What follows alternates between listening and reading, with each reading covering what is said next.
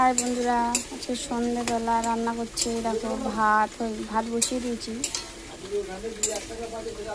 আর এই দেখো মাংস রান্না করবো বলে আলু ভাজা হয়ে গেছে। আর পেঁয়াজ, গোটা গরম মশলা, ফোড়ন, তেল, শুকনো লঙ্কা দিয়েছি। এখানে আগে ফোড়ন দিয়ে দিয়েছি, আমি দেখাইনি, ভালো লাগছে না আজকে শরীরটা, তো কোনো রকম করে রান্না করছি।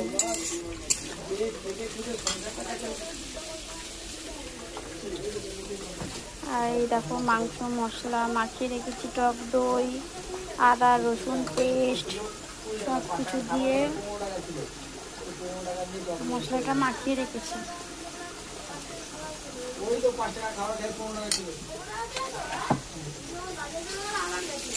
এটা ভাজা হোক, লাল লাল করে একটু পেঁয়াজটা ভাজবো, তারপরে মাংসটা দিয়ে দেবো।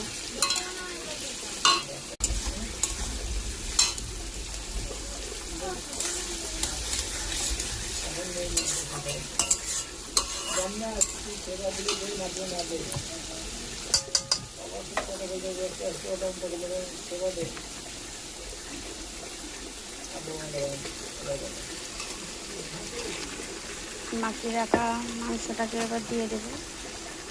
একটু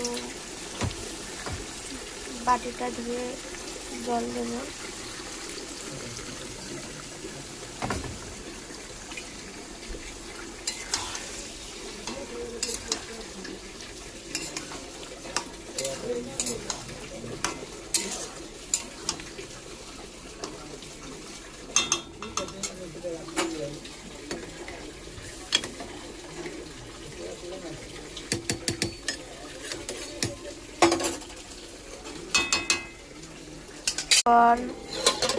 দেখাচ্ছি তোমাদের।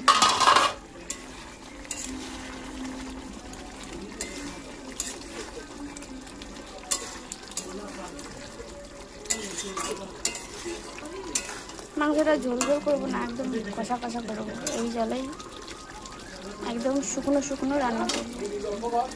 আবার পরে দেখাবো। 10 মিনিট পর আমি আবার ঢাকনাটা খুললাম, তো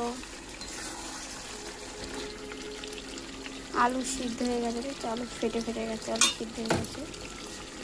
মিট মশলা দেবো।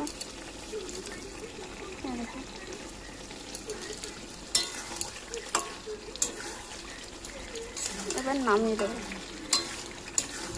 2 মিনিট মতো রাখবো, রেখে তারপরে নামিয়ে দেবো। হয়ে গেছে, চিকেনও সিদ্ধ হয়ে গেছে।